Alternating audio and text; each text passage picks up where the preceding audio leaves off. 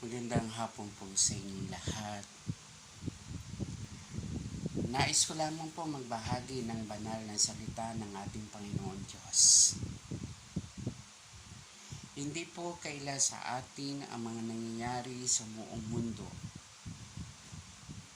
Ang balita na COVID-19 or tinatawag natin na coronavirus. Ano ba talaga ang coronavirus bilang mga anak ng Diyos? Coronavirus,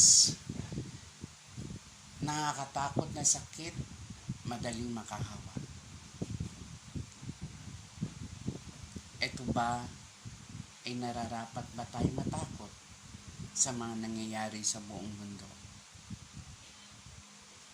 May mga bagay na hindi natin maintindihan. Ang tanging Diyos lamang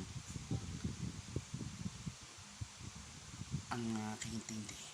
Pero mayroong mga bagay na gustong iparating ang Diyos sa atin. Ano yun? Ang gustong iparating ng ating Panginoon? Na tayo po ay matutong makinig, matutong manalangin, at magtiwala sa Kanya. Sapagkat darating ang panahon ang nakasulat sa Biblia. Ang tanging gawin lamang po natin ay lagi po tayong manalangin at matutong makinig sa Kanya. Baka mayroong mga bagay na nakakalimot tayo magbasa ng Biblia. Alam po natin, ang mga tao, kapag mayroong mga crisis, mga kalamidad, doon pa tayo nakakaalala sa ating Panginoon Diyos. Minsan, nire-remind lang tayo ng ating Panginoon na saan na tayo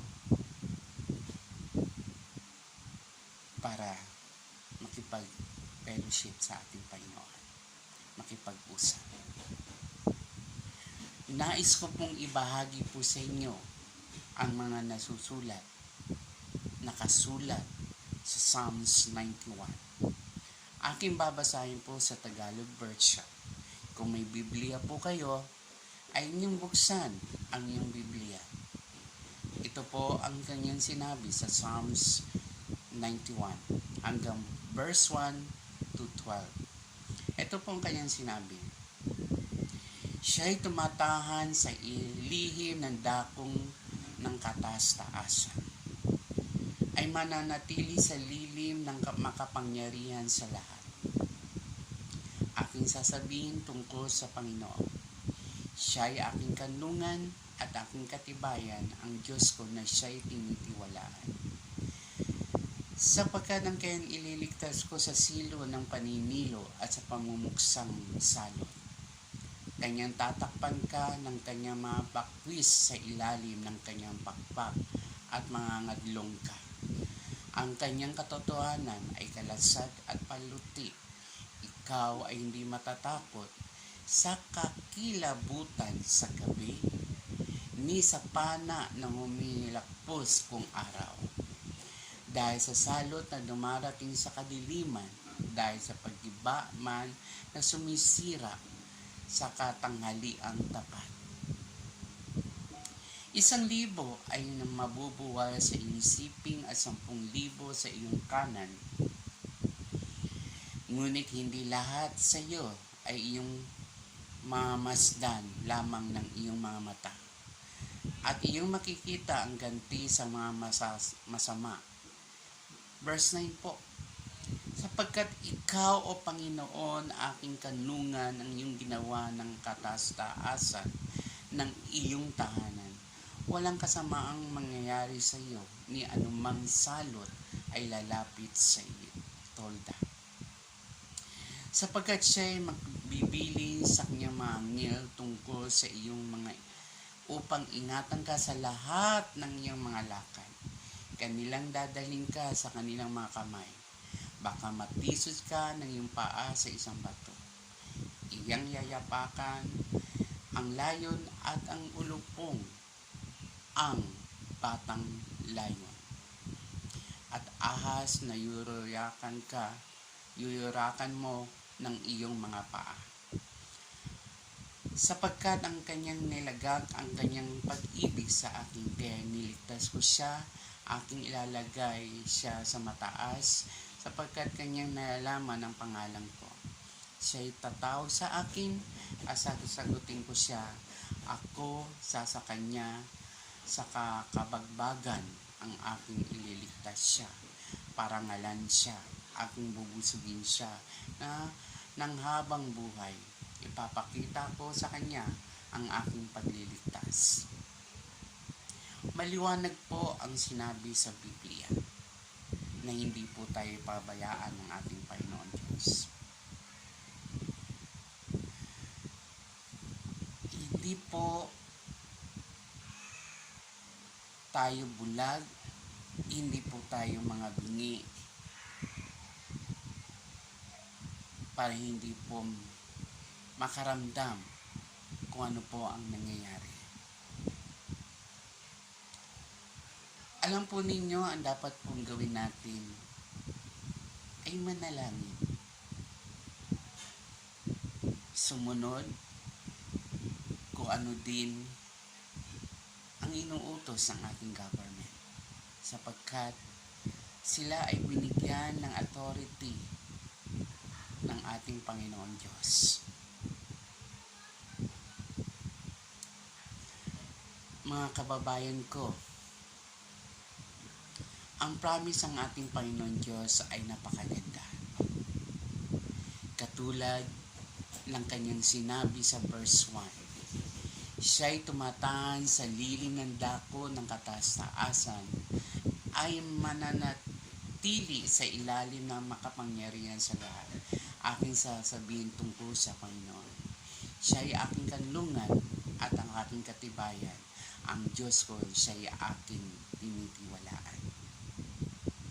Sa mga nangyayari po sa ating mga paligid, sa mga panahon ito, ang dapat po natin gawin sa panahon ito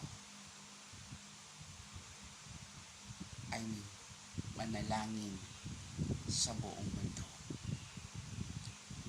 Ipanalangin po natin ang mga nurse, ang mga doktor, sapagkat sila ay gagamitin ng Diyos upang labanan ang mga sakit na dumarating. Katulad ng kanyang promise po sa Psalms 91, promises from God. Galing po sa Diyos. Ang sinabi po niya, I will rescue him, deliver, cause to escape. Tayo'y kanyang i-rescue sa lahat ng mga sakuna na nararamdaman po natin, na nakikita po natin. Ang ganda po maramdaman at pakinggan na may Diyos po tayong handang tumulong po sa atin, na tayo'y kanyang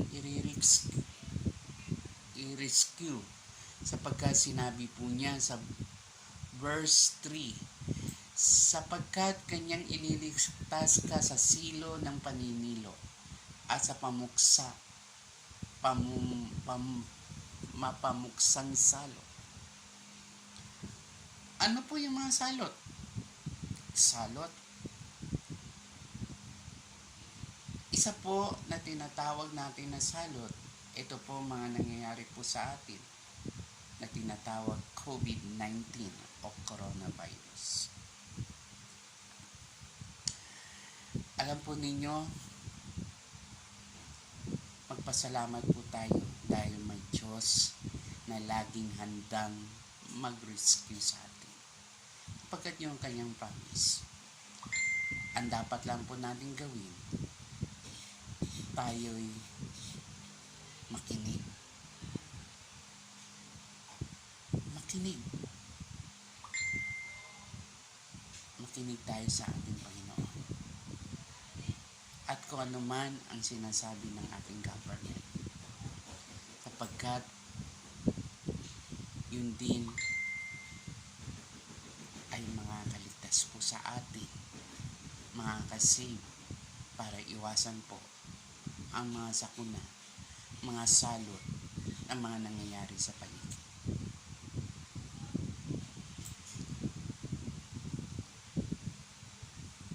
Minsan, may mga bagay na hindi natin nauunawaan. May mga bagay na nagtatanong tayo.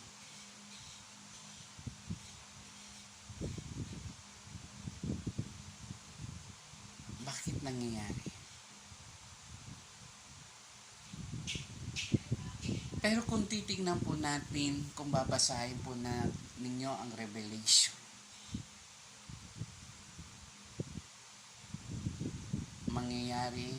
mangyayari ang nakasulat sa Biblia.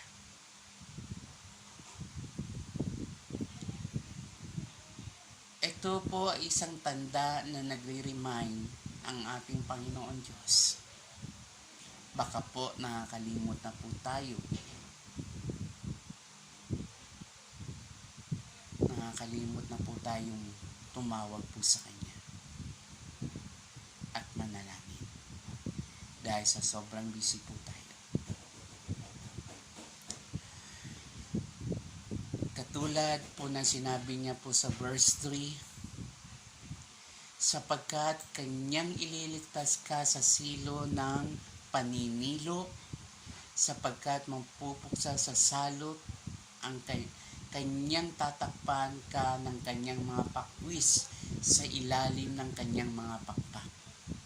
Pangangadlong ka, pakpak ay mangangadlong ka, at Kanyang katotohanan ay kalasag at paluti. Ikaw hindi matatakot sa kakilabutan sa gabi, ni sa panang humihiglakpos kung araw. Kung titignan po natin, mga kapatid, sa mga daanan po, tahimik masyado. Wala pong tinatawag po na traffic. Wala pong tinatawag na busy ang daanan.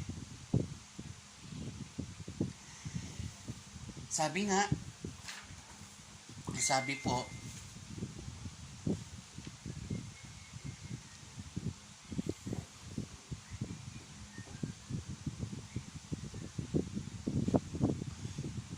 nabi po niya, sapagkat ikaw, O Panginoon, ay aking kanlungan, ang iyong ginawang katastaasan ng iyong tahanan, walang kasamaan mangyayari sa iyo, ni anumang salot ay lalapit sa iyo. Napakaganda po ng kanyang promises from God. I will rescue him, deliver, cause to escape.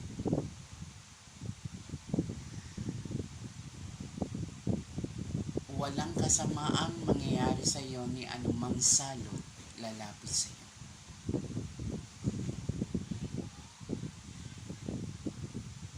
Ang hiling lamang po niya sa atin po ay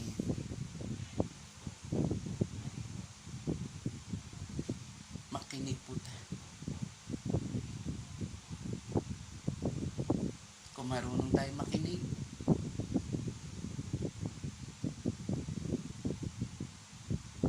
malalaman po natin kung anong purpose ng ating Panginoon Diyos. Promises from God, i-rescue niya tayo. Number 2, I will protect him. Set him on high place. Ano tong protect? Protection.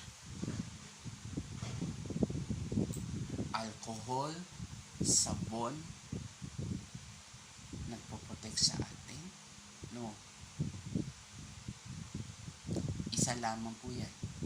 Pero ang tunay na nagpo-protect po sa atin, ang ating Diyos. Sapagkat sinabi po niya, no harm will overtake you.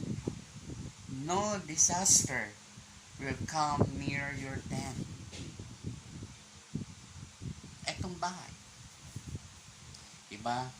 Sinasabi sa atin, stay home. Manatili sa bahay. Pero bakit? Kahit may mga warning na po sa atin ay tayo po huwag lalabas ng bahay. Pero hindi po tayo. May mga tao pa rin hindi nakikinig.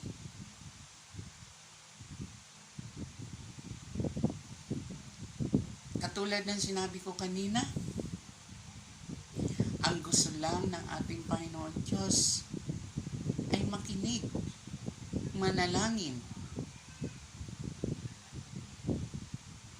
magbasa ng Biblia.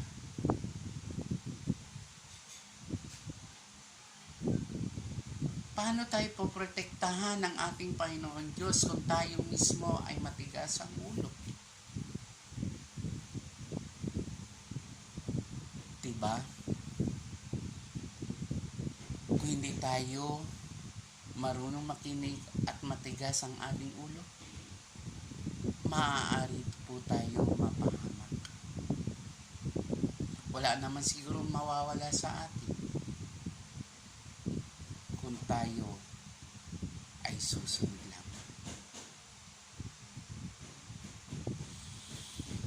Sinabi po din niya,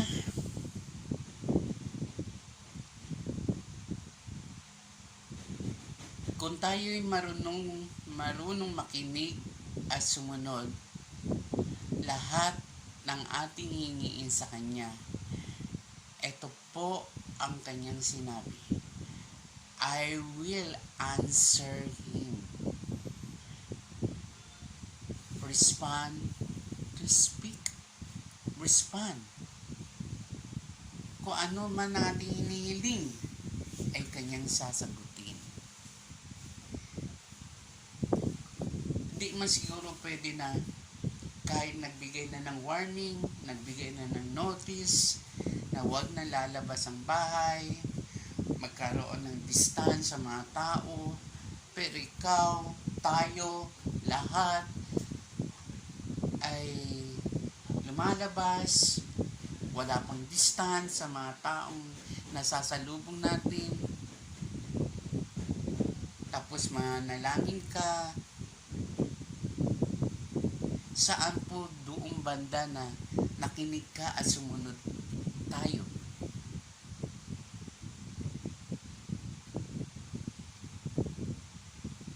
One, kung tayo po ay mananalangin, handa ang Diyos na i-rescue po tayo.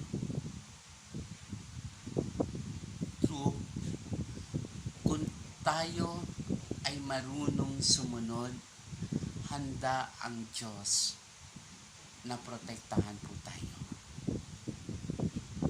3, kung tayo po ay nakinig at sumunod po sa Kanya, lahat ng ating panalangin or prayer ay Kanyang sasagutin.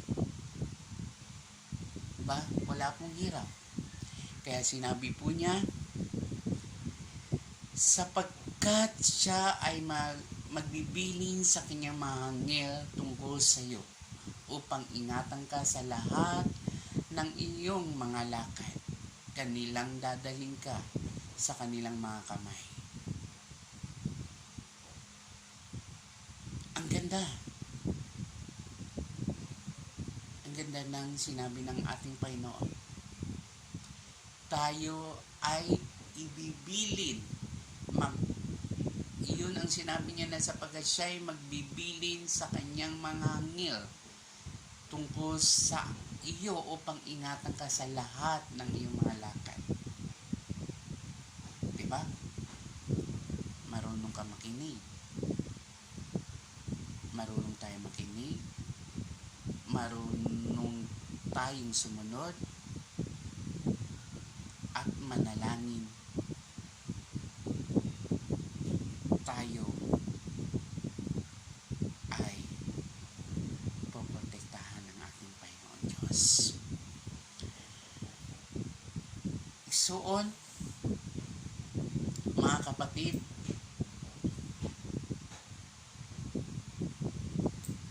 yun po ang sinabi ng ating Panginoon Diyos. Sinabi po niya, katulad po ni David at ni Goliath.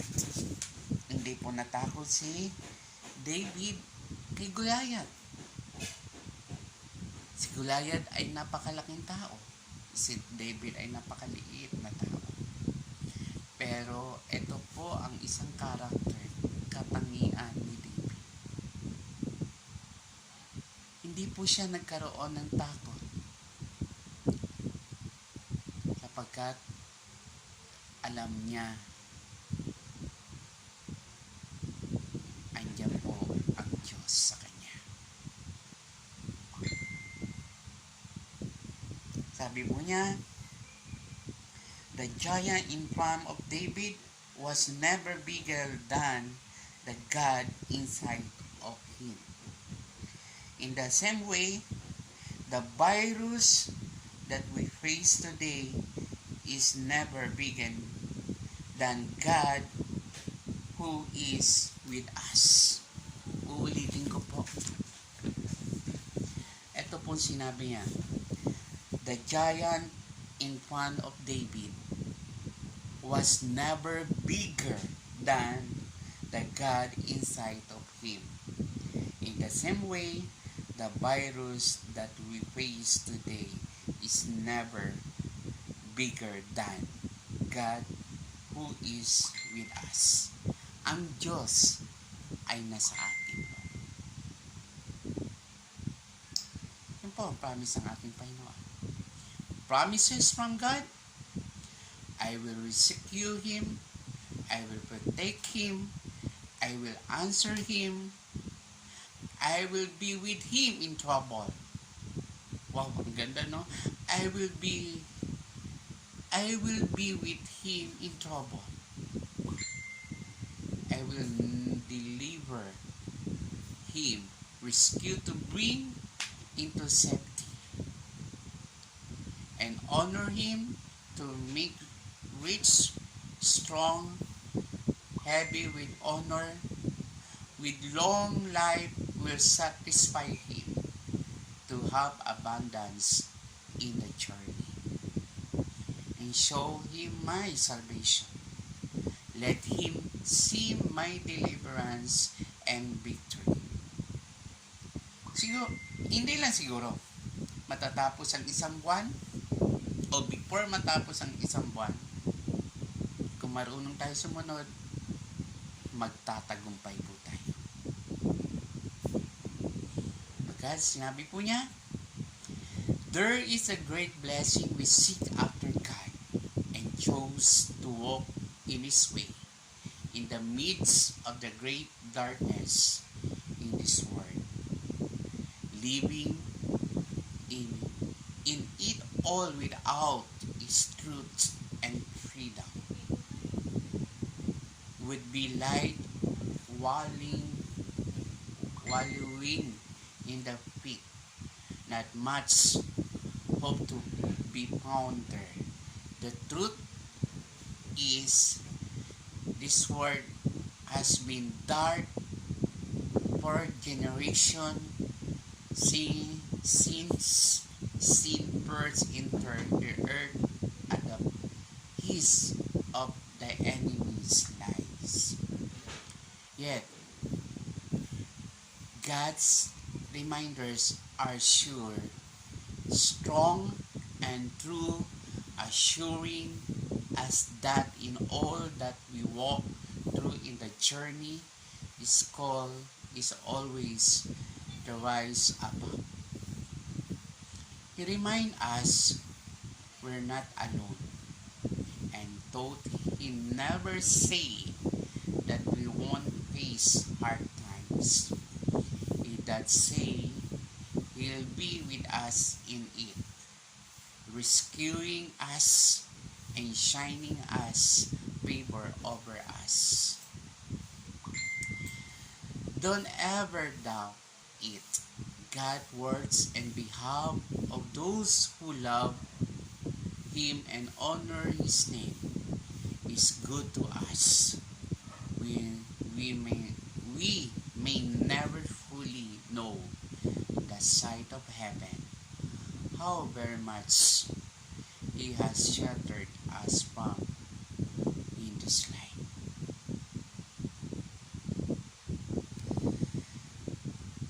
Ang sarap pakinggan kung ano po ang gusto ng ating Panginoon Diyos sa ating buhay.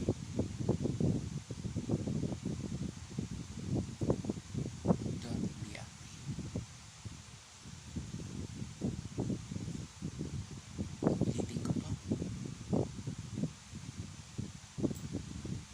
Promises from God. I will rescue him, deliver, cause to escape. Makinig lang ta. Listen. At kung marunong po tayo mag-obey, ang promise ng ating Panginoon Diyos, I will protect him, set him on high place. Kung makinig na marunong tayo makinig at sumunod, I will answer him in affliction and distress. Then po, I will deliver him, rescue to bring into safety. Wow. And honor him to make rich, strong, heavy with honor. With long life will I satisfy him, to have abundance in the journey, and show him my salvation. Let him see my deliverance victory. Tayo po'y manalangin. Dear God, thank you for your presence with us. Thank you for your almighty shadow. Thank you that you go before us and cover us from behind. Thank you that you are in our midst and that our future is secure in the place you're preparing for us. Your words bring such hope and comfort. Remind us of your strength today. May we sing glimpses of your glory and blessing along the way as we seek after you. For victory and salvation are found in you alone. In the mighty name of Jesus. Amen. Sa susunod po ulit, salamat.